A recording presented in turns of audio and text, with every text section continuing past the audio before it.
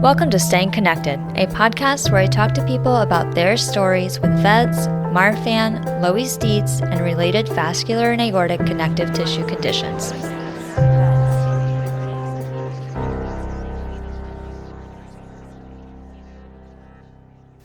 This is your host, Katie, and before we get into the show, I want to remind you that the views, information, and opinions in this podcast are those of the individuals involved, and the information presented does not constitute medical or other professional advice or services. Any opinions that I express in this podcast are my own and not of my employer.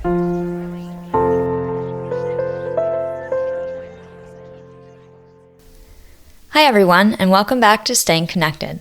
I have VEDS, or vascular Ehlers-Danlos syndrome, and on this show, I talk to other people about their stories with VEDS and similar conditions like Marfan syndrome and Loeys-Dietz. Today, we're going to talk to Ben Weisman, who was diagnosed with Marfan syndrome at birth and is the third generation in his family to live with Marfan syndrome. Ben's going to share his story of growing up with Marfan, finding and building community, his involvement in the teen program at the Marfan Foundation, and his recent journey into politics. Before we go over to the interview with Ben, I have big, exciting news. A few months ago, I released a special episode of Staying Connected titled, What Medical Professionals Should Know About VEDS. This episode was a compilation of what members of this community have said they want medical professionals to know about it. I am so excited to share that this episode was listened to by the creators of Audible Bleeding, a vascular surgery podcast made by and for vascular surgeons and medical students. And a couple weeks ago, Dr. Shireen Shalhoub and I were invited onto the show to take a deeper dive into life with VEDS. This episode should be coming out very soon, and I'm thrilled to have been invited onto the show to expand the awareness and understanding of VEDS in this community of vascular surgeons and medical students. Don't miss it by following Audible Bleeding. Staying Connected continues to spread around the world in 84 countries, and if you want to support it and help it continue to reach people who need to hear it, join my Patreon. For $5 or $10 a month, you can support the production of this show and content about VEDS, Marfan, and Loeys-Dietz. I've linked the Patreon in the episode show notes, and I just want to say thank you to everyone who has been supporting the show already. I couldn't do it without your continued support. Thank you. As always, my top-tier patrons are listed in the episode show notes. This show will release every other Saturday through September, so make sure you subscribe on your podcast player so you don't miss any episodes. And stick around at the end of the show for a preview of the next episode.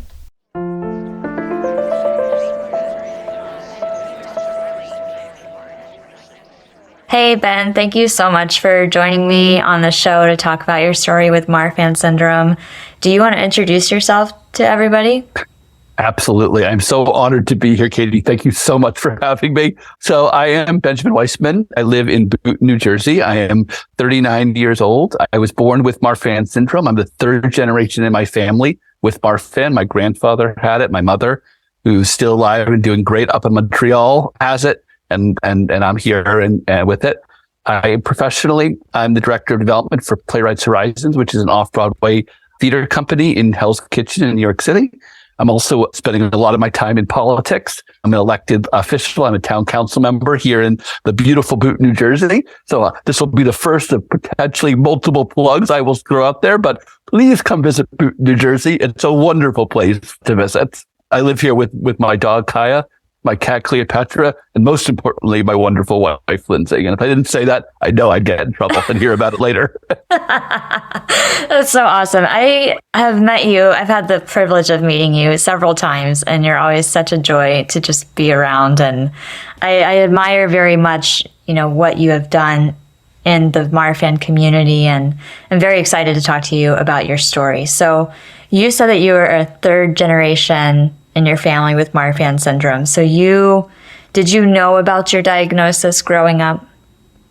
So my parents made a decision early on that they wouldn't address Marfan syndrome as a whole. And rather what they would do when I was a little kid is address each symptom as it came up.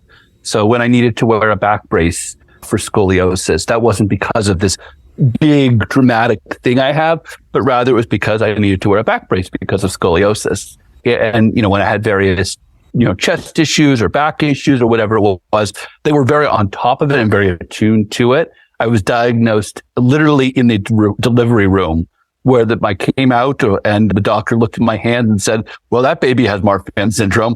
And so it was really literally from like minute one, second one. So my journey started with dealing with these individual symptoms that were coming up, and then over time expanded into understanding Marfan syndrome and finding this amazing community where I've been so just truly blessed to meet just extraordinary people like you, and to think about the work that you've done to raise awareness about the various conditions like VEDS, obviously, and Marfan syndrome and others, and to help really cultivate a community, because community doesn't happen by accident. Community has to be cultivated. And you've done just an extraordinary, you've been an inspiration to me since the first day I met you. And I know that part of my journey with Marfan syndrome brought me to the moment of getting to meet you. And for that, I'll be eternally grateful. You're going to make me cry in the first 5 minutes of this interview. I was going for under 5 minutes. We'll see what happens. Thank you so much, Ben, for that huge compliment. And I want to talk about community, but I want to also talk about, at what point, I guess in this context of building community, at what point in your growth as a human being, I guess, I want to say journey, but I'm weird about the word journey in relation to medical journey, and I'm weird about that. But at what point did you get introduced to the word Marfan syndrome and get introduced to other people with Marfan syndrome?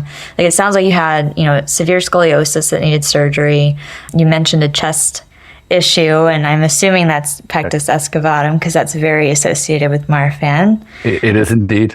So at what point did it kind of morph from, you have these individual things to I have Marfan syndrome, and what does that mean?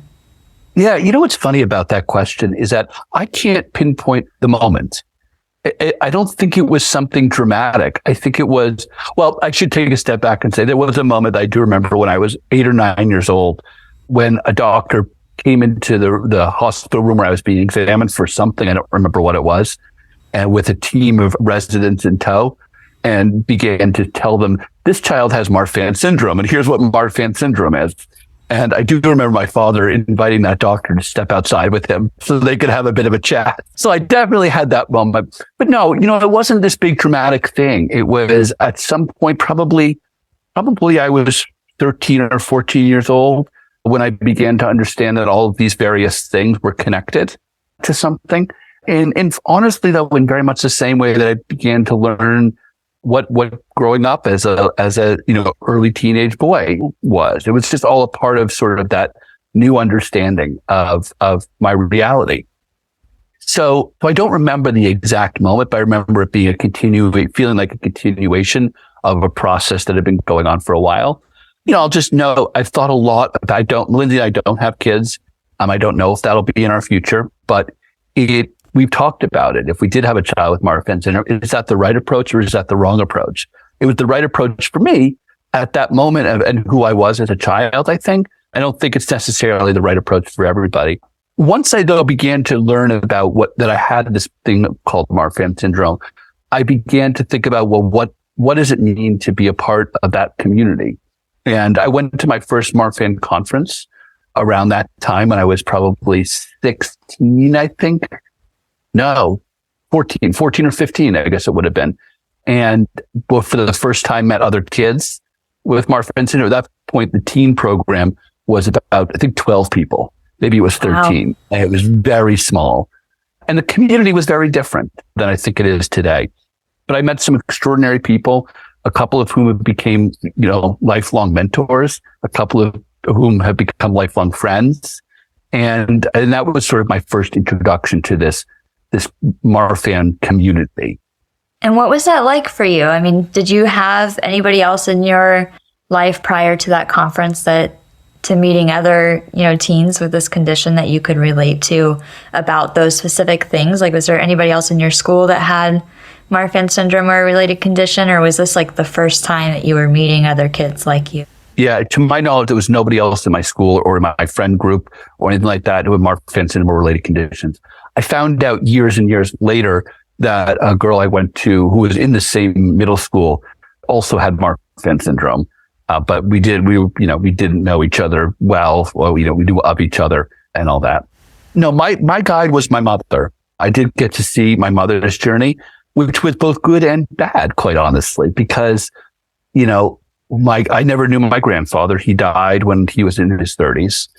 He denied having Marfan syndrome. He knew, which is sort of extraordinary in the 1950s, that he did know about this thing that he had. And he made it seems to me, conscious decision to not take care of himself, or in cases, my mother, his daughter. So I had that sort of piece of information as I was beginning to grow up. But my mother is an incredible sort of role model for what living successfully looks like.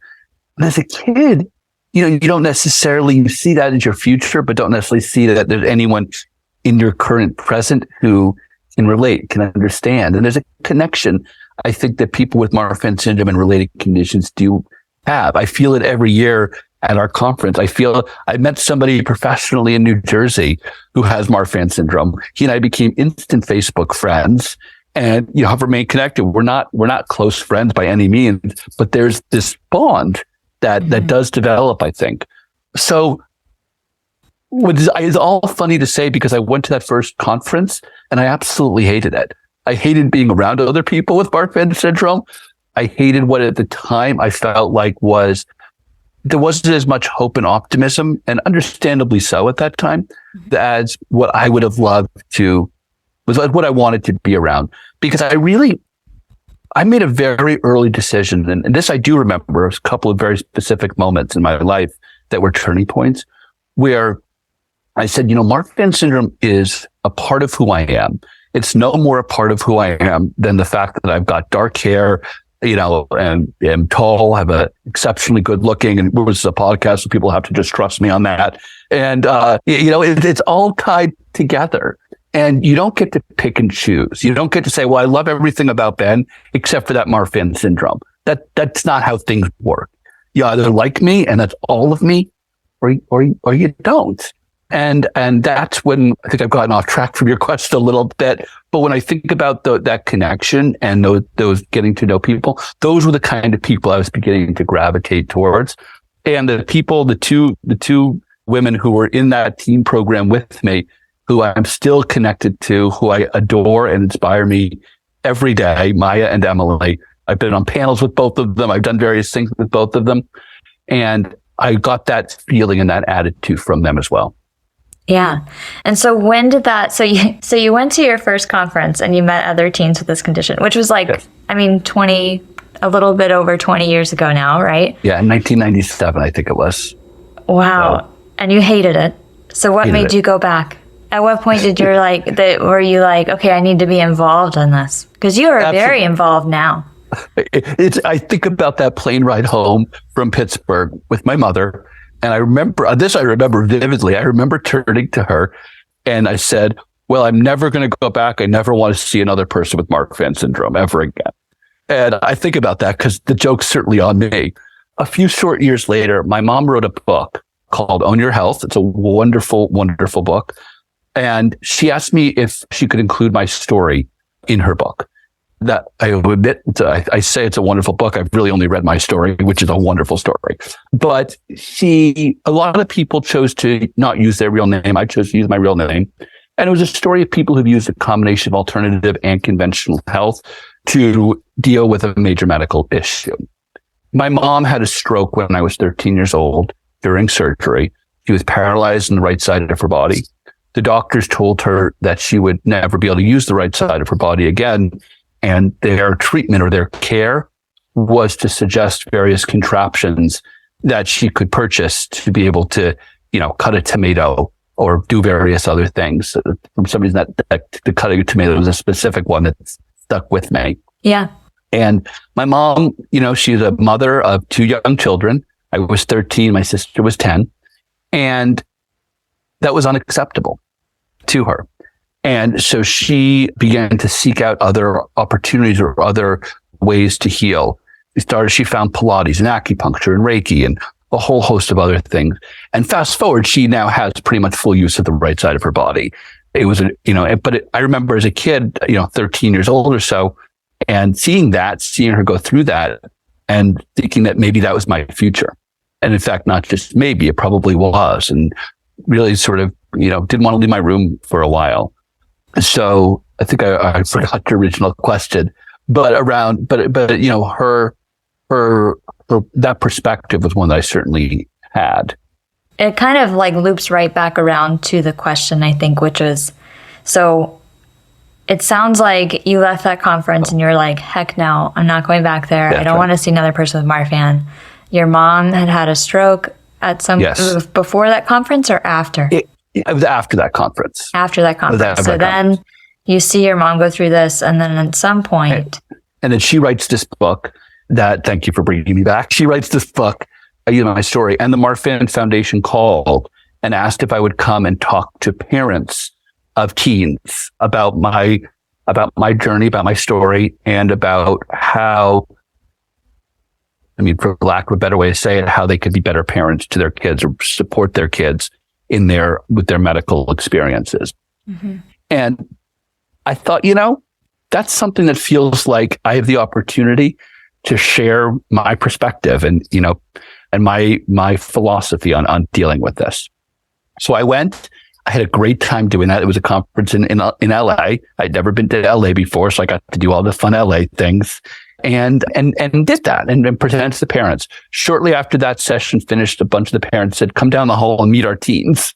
So I went down the hall and walked into the teen room, and immediately I was brought back to what the best parts of that Pittsburgh conference were, the people who I really connected with, the person who was running the teen program, the Vince Schiavelli, and what he, in the sort of perspective he brought, where he had developed this entire film career, an extremely well-known actor.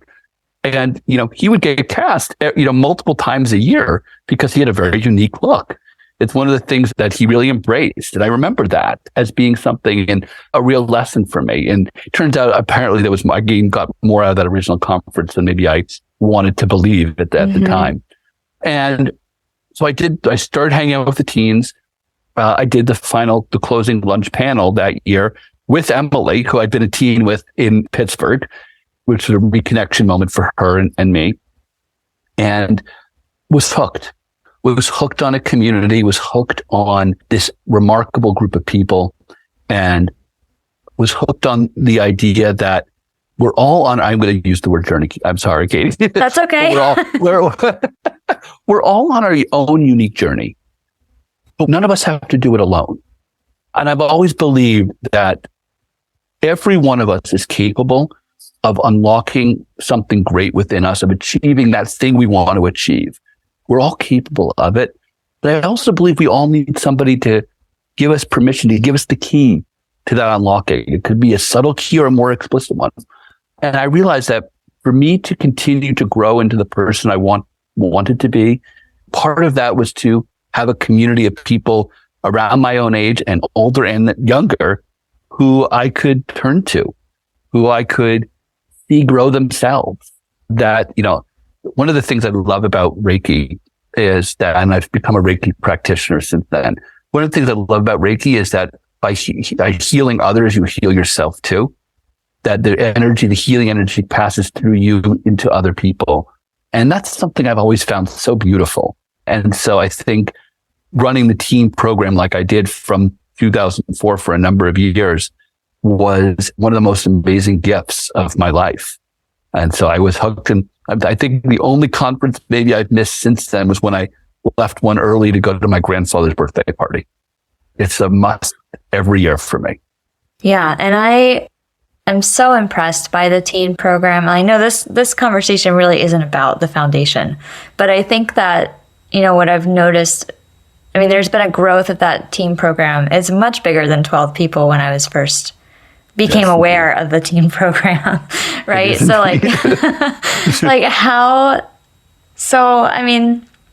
that's been a really meaningful part of what you've given to other people and what you've given to the community.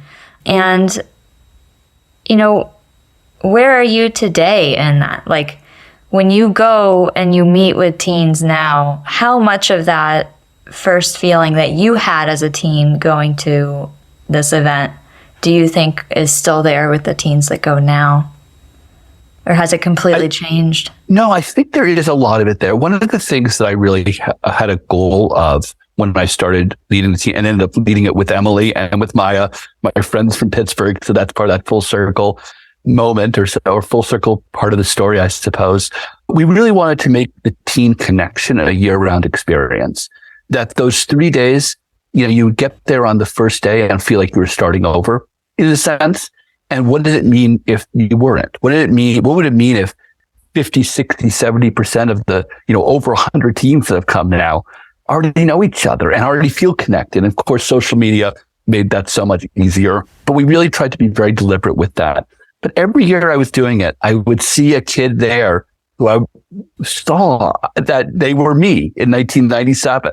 They were me in 1995. They were me. We all, as much as we all think we are so different from everybody else, we do all share so many things about our journeys and so many human emotions. And so, my hope is always, and, this is a moment where I think others can tell the story better than I can, but I hope that what I was able to do is to help chart a path and help unlock the ability for Marfan syndrome and these related conditions to look. There are always a barrier to certain things. There are things that all of us can't do, but there's so many things we can do.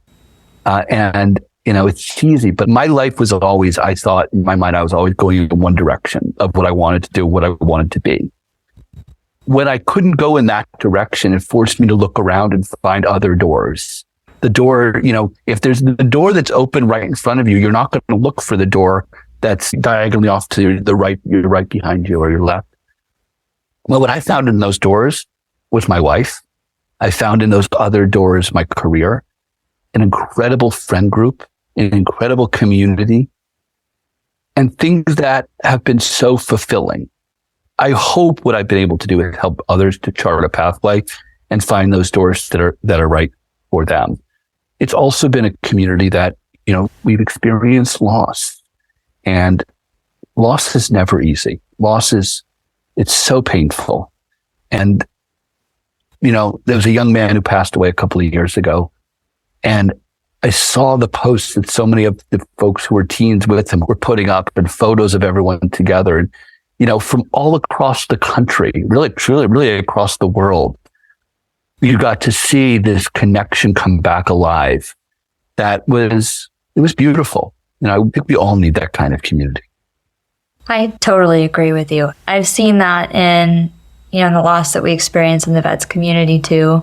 And there's definitely that overlapping experience, I think, between Marfan and VEDS where the loss happens too often. And, right. But when it happens, it's devastating, but you see everybody come together and share their experiences with that person and with the condition and support. I'm always incredibly amazed and astounded by the amount that people all over the world just come together to, whether it's support a GoFundMe or, share this piece of information about something that somebody's looking for. It's always just this really amazing thing. And that is a wonderful thing about social media too, is, despite all of its flaws, that it is able to kind of help us maintain these connections in a rare condition community like this. I think that's right. That may be the only people or the people online, and maybe you get to see once or twice a year. And I'll just say on the happier side of it, a couple of years ago, I went to a wedding of one of, I still consider them my teens, even though I've been aged out from even being a mentor to new teens coming in, I think. But I went to the wedding of one of my teens who was marrying the brother of another one of my teens who had also been at conference. And it was just this extraordinary, extraordinary joy, because we do build these bonds and these ties that are unbreakable. Yeah. So I want to dive into some other things about your story that I think we talked about before. And maybe this kind of relates to the teen program or any adult really who's going through this diagnosis or going through the emotional kind of processing of a Marfan diagnosis or a related condition. I know that at one point you told me that you had lied about having Marfan syndrome when somebody asked you. So I want to understand when, not even when, but like how do you kind of reconcile or explain the growth that you had from, because I mean, that's obviously like, that's a 180, right? Like you're here today, you are helping other teens, helping other people in the community. You're very involved. You've been going to conference for, 20 plus years now. So tell me about that experience of like lying about having Marfan syndrome and then how eventually that changed. Sure. I suppose it was my first foray into politics, right? Lying about something. But it's so when I was diagnosed with scoliosis as part of Marfan syndrome, like so many of us, I wore a back brace for a number of years through middle school, elementary, middle school. Elementary school, it was always, let's find a reason to like people. Oh, you're wearing a cool shirt today. Let's be best friends, right? Oh, you have a back brace. Okay, I want a back brace too, right? Like it was this, let's look for those connection points. Kind of a beautiful experience, actually, I think. Middle school's the opposite, at least it was for me, and I think it is for many people. Where elementary schools, let's find reasons to like each other. Middle schools, let's find reasons to exclude you. Let's find reasons to, how can I build myself up by tearing you down? Mm-hmm.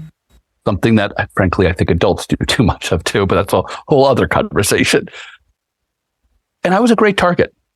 I was, lanky. I was taller than most kids. My head was sort of off center a little bit because of the scoliosis. And I was wearing a back brace. And I was teased. I was teased a lot. And I was bullied a lot. And I didn't feel so great, obviously. The other thing that didn't feel so great, I will say, though, is I had a wonderful group of friends. And a couple in particular really looked out for me and would try and defend me, walk through the hall, pushing people out of the way so they wouldn't jostle me. Like a guard. And they meant so well. And if they're listening to this, I'm so grateful. Please don't take anything the wrong way. That doesn't feel so great either, because I was the other there too. And it came to a head at one point where I was really getting bullied by this one kid in particular. And one of his friends, he was older than I was, and one of his friends, was also an older girl, stepped in to defend me. And that felt horrible, especially as a middle school boy who was, beginning to like, oh, girls are interesting, right? Like that felt really crappy that I was needing to be, that other people were having to stand up for me. I wasn't standing up for myself and, wasn't strong enough to do that. I did end up confronting this guy, pulling on my shirt and say, this is my back brace. If you have a problem with it, tell me what that problem is now, which I'm still amazed that I did, quite honestly. But middle school was really rough. I guess it was my 7th grade year of middle school. I had a spinal fusion for most of my back. And so I no longer had to wear a back brace. So that removed one of these clear, visible markers of a medical issue. And then a year and a half later, I went to a different high school. I went from the public middle school I'd been in to a private high school. So nobody there knew me. Nobody knew that I had been that awkward kid wearing a back brace, or about being the only kid or one of the only few kids in the school who had an elevator pass to take the elevator between floors because I couldn't really do stairs. Nobody knew that stuff. And so I could be whoever I wanted to be in many respects. I started doing a lot of theater at this point. And so, you get up on stage and you get to be that character. And my characters never had Marfan syndrome, let me tell you. And so I decided no one's going to ever know about having Marfan syndrome. And turns out I was pretty good at that. I think from my 9th grade year and part of my 10th grade year, I don't think anybody knew, including teachers. My parents made sure that the school nurses knew, and various other key people knew, but none of my friends knew, save for one girl who I don't even remember why I told or how she figured it out, but she knew. But that was it. My 10th grade year, I had an English teacher who had the assignment was to write a paper about something that people don't know about you. And I wrote about having Marfan syndrome in my whole life and journey and all this. And this teacher had and I should have known better, but she had the habit of, she would ask the one or two people with every assignment that she thought had written the best papers to read their paper out loud to the class. I had her as English teacher for 2 years. One time, she asked me to read my paper out loud to the class.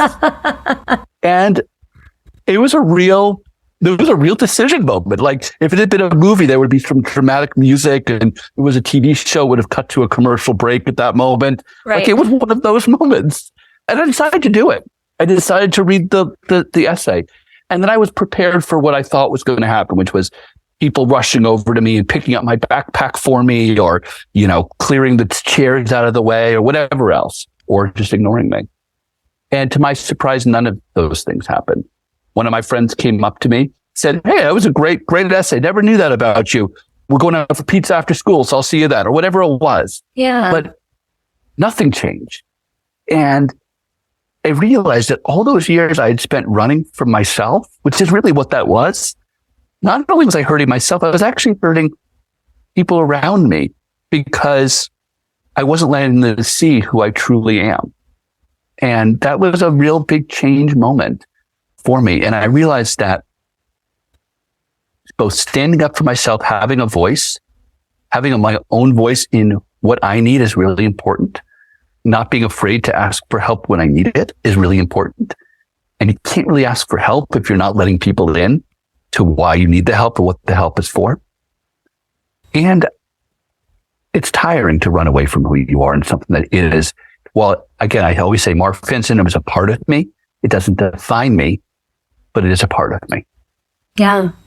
And how would you talk to teens or kids that are going through what you went through there? I mean, I think there's so much there that we could talk for probably hours on that one topic. But sure. I mean, what would you, if there's a teen listening to this, what would you tell them?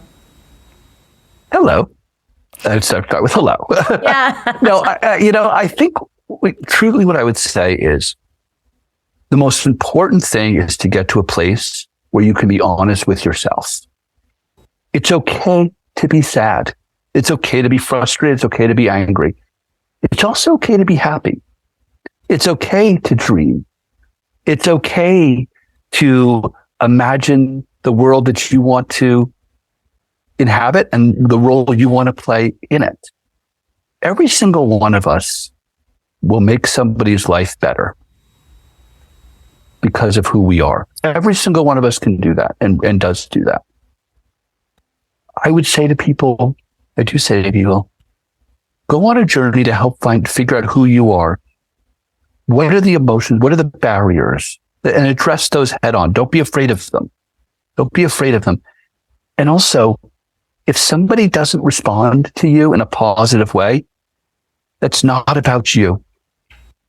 It's just not. That kid that I mentioned who was bullying me so severely, I found out years later what he was going through. It was pretty serious. Most people who bully are bullying because they want to make themselves feel better. Because by tearing you down, they feel better about themselves.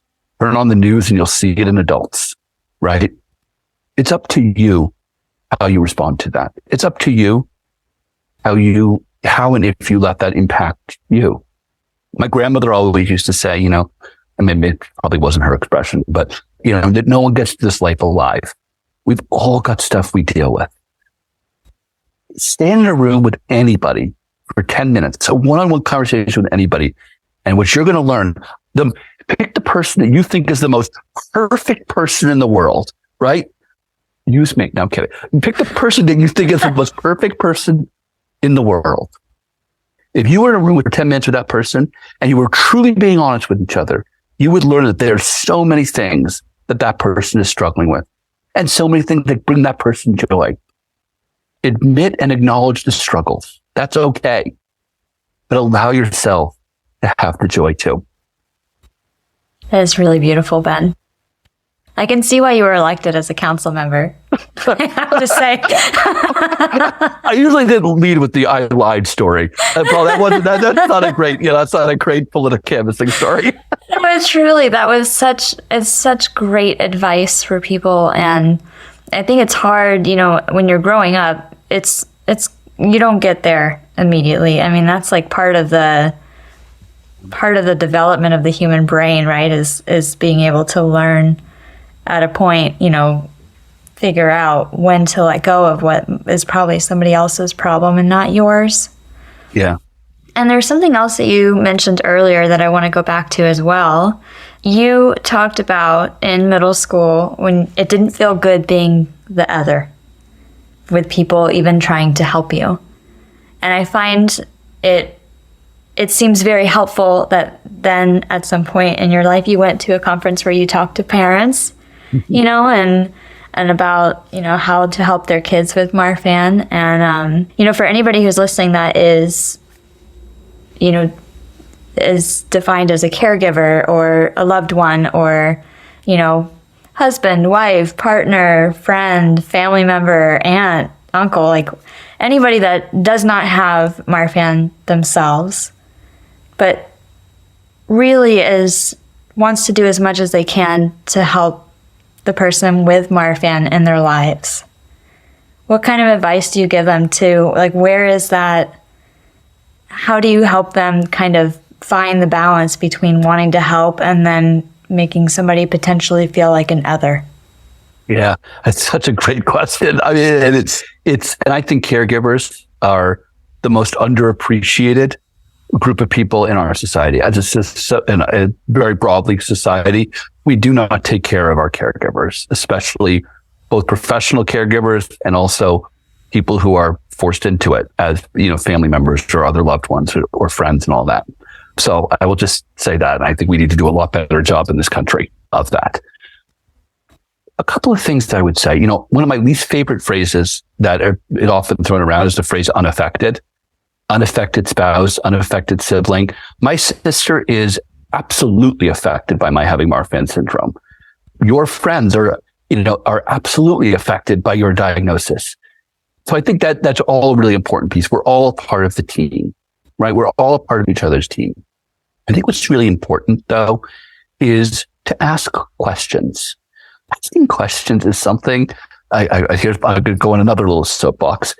Anyone listening, your next interaction you have with somebody, pay attention to how much time they spend asking questions and listening versus making statements.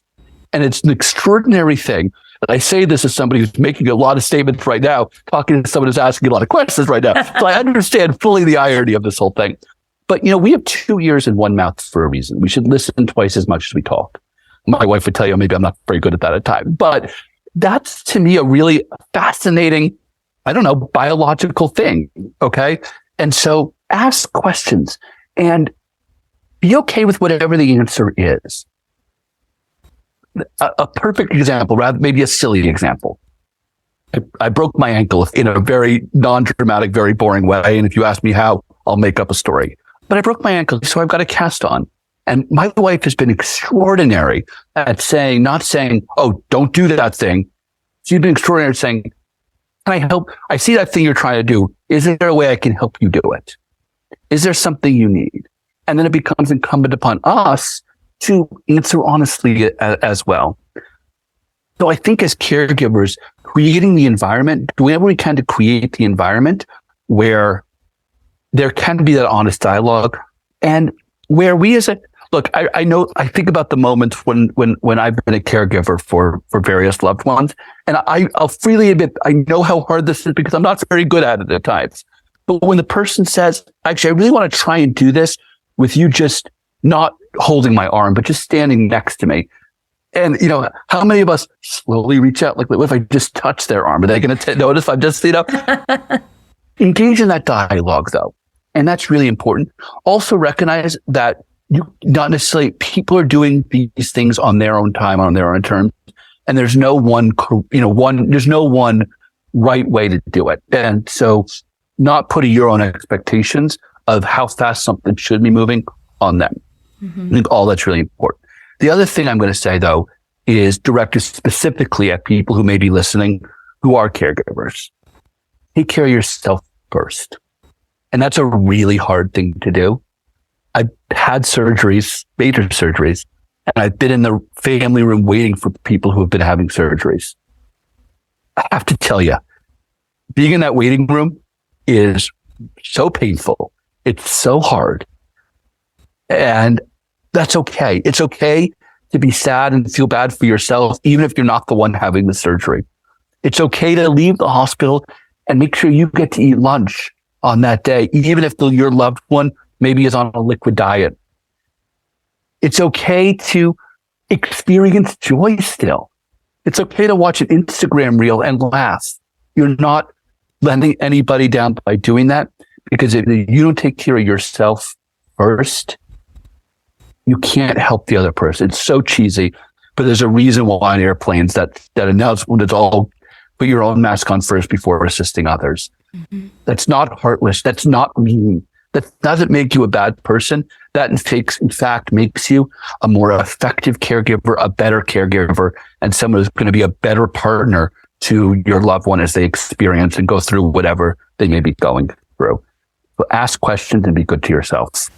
I love that advice. And I hope that people listening who need to hear that, like, take that to heart, because it is true. Like, if you're not taking care of yourself, you're going to be tired, exhausted, maybe hungry, maybe a little grumpier than normal. Maybe your patience runs short. And then when you're actually trying to help the other person, maybe your fuse is just a little too short, or you just, you're just like, oh, I just want you to do this thing. And it's hard.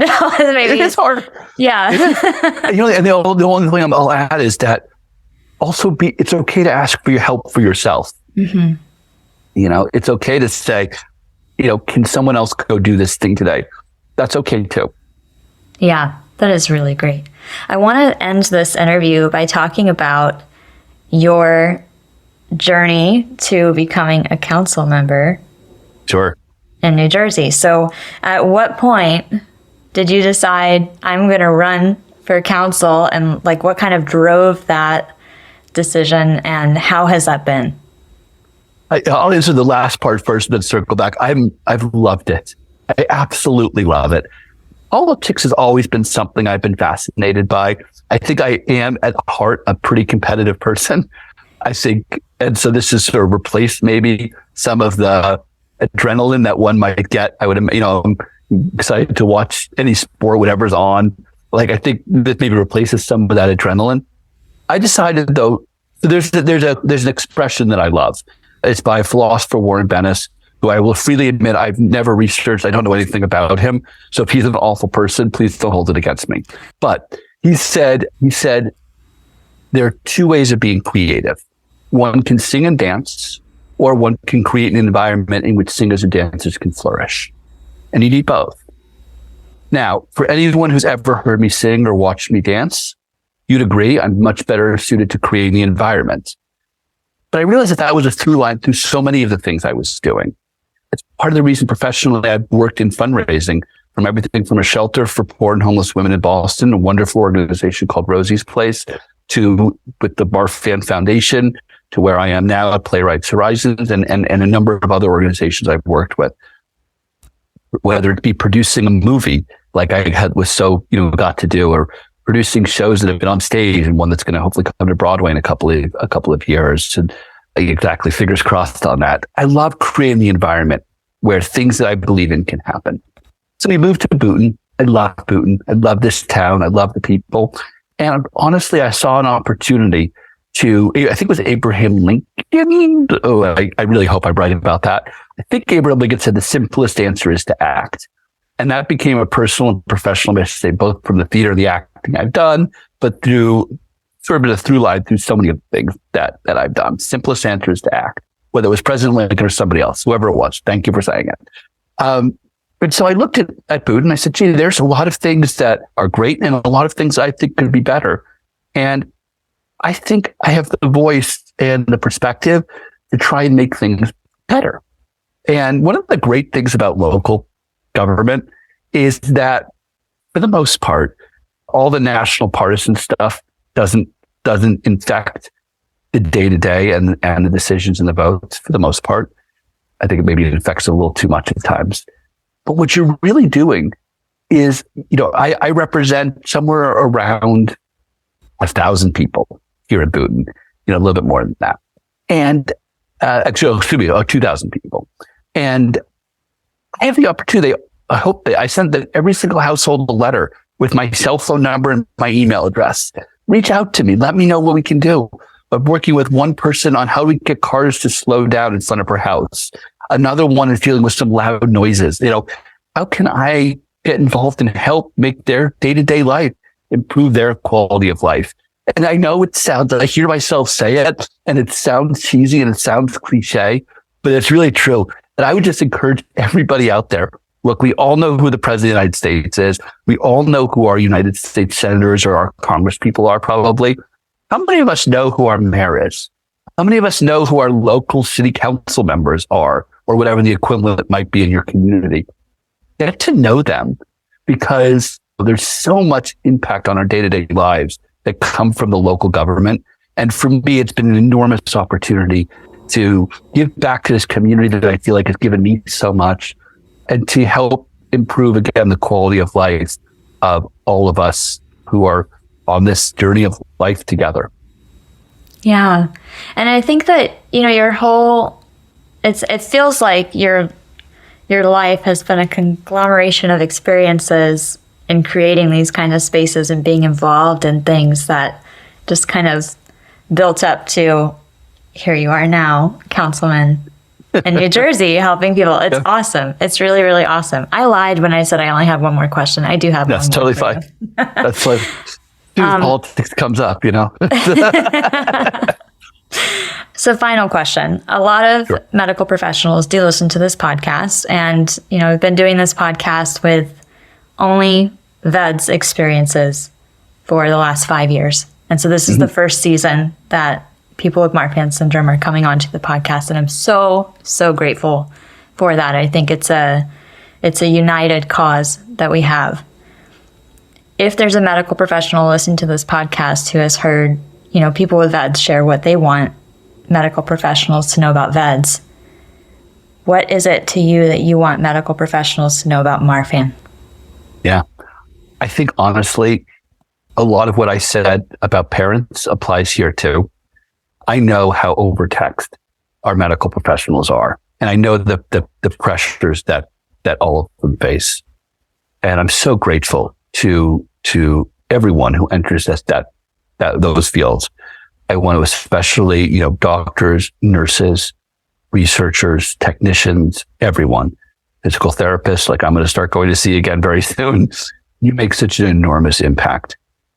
And when the relationship is best, it's when you realize and recognize that we are human beings. We're not a number. We're not a diagnosis. We're not a series of symptoms or conditions. We're people. I think about one doctor who just was extraordinary. And the first thing he would always ask me in my sessions, what did I have for breakfast that day? It's such a simple question. And does he actually care what I had for breakfast that day? No, probably not, right? I don't feel like he's creating a recipe book of, my patient's breakfast habits. Although I probably buy that. But it was immediately a way in. Being in a doctor's office, and this is not revolutionary, but being in a doctor's office is a really scary place, or can be a really scary place to be. I think of myself as a pretty self-assured, pretty confident fellow. I remember I went to visit a friend who had surgery. Nothing related to Marfan syndrome or one of the related conditions. Completely separate. Walking into that hospital to go visit her was a very difficult thing for me to do. And him asking, what did you have for breakfast today? Immediately changed the relationship into one of partnership, into one that was collaborative. I think most of us, I think, want to be partners in our healthcare journey. We want to understand. We want to own our health, to quote my mom's book. There's plug to Mom. We want to be a part of that. And we need you to let us be a part of that too. Ask questions. Hey, is it okay if I do this thing?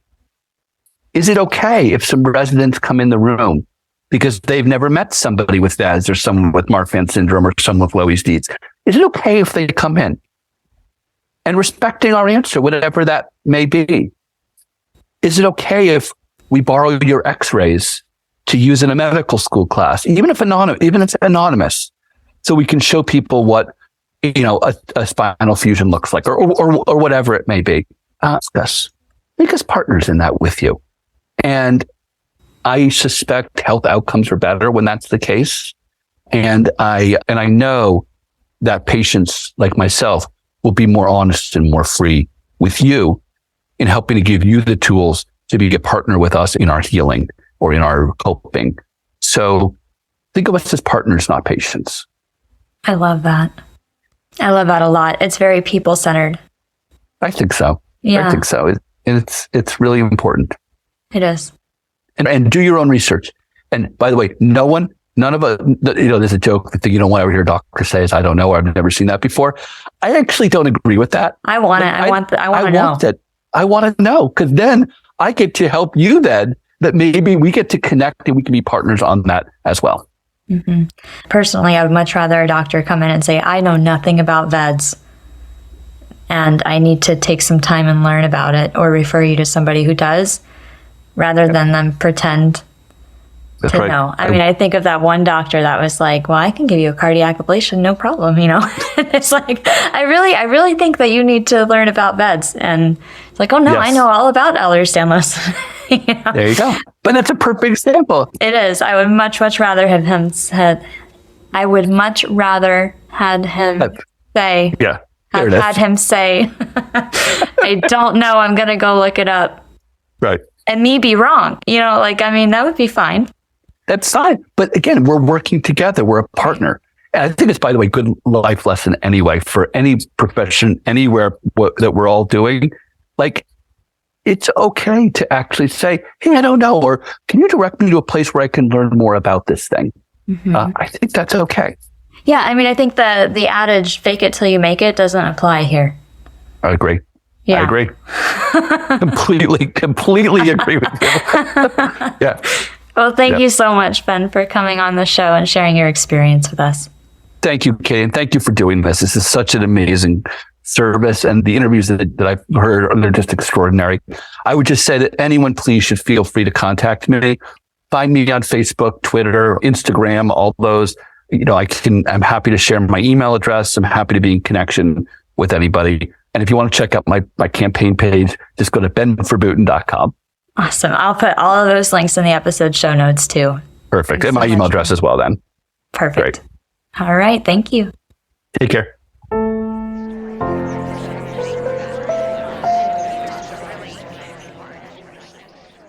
Thank you so much for listening to this episode of Staying Connected, featuring Ben Weisman sharing his story with Marfan syndrome.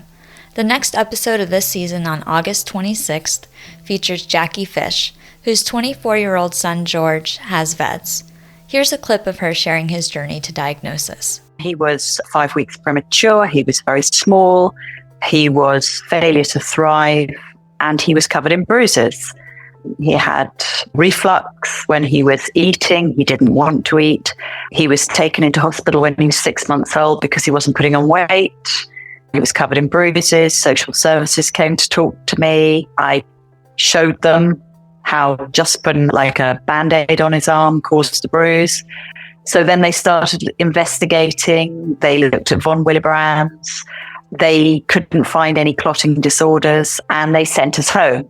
When he was about sort of 18 months to 2 years old, and the bruising was much worse, and he was moving around and he was cutting his head open, and I went back to them and I said, something's not right. I knew as a mother, my instinct, it wasn't right. And that was when they started investigating. They sent us to a rheumatology appointment at Great Ormond Street, and we were very lucky. Professor Rodney Graham was there. He was an expert on EDS, and he took one look at George and said he has EDS. So that was great. We went away. He thought the hypermobility type, and we lived with that for a few years. And then the internet started to sort of take off. And so this was the early 2000s. And I started looking at literature, and I'd got involved with the EDS Support UK in this country, doing some fundraising for them and stuff. And I realized he was probably vascular. Don't forget to subscribe to Staying Connected on your podcast player so you don't miss any future episodes. And if you like this show, I hope you will consider sharing it with your friends on social media to help raise awareness of these conditions. You can also support the production of this podcast by joining my Patreon. Thanks so much, and I'll see you soon.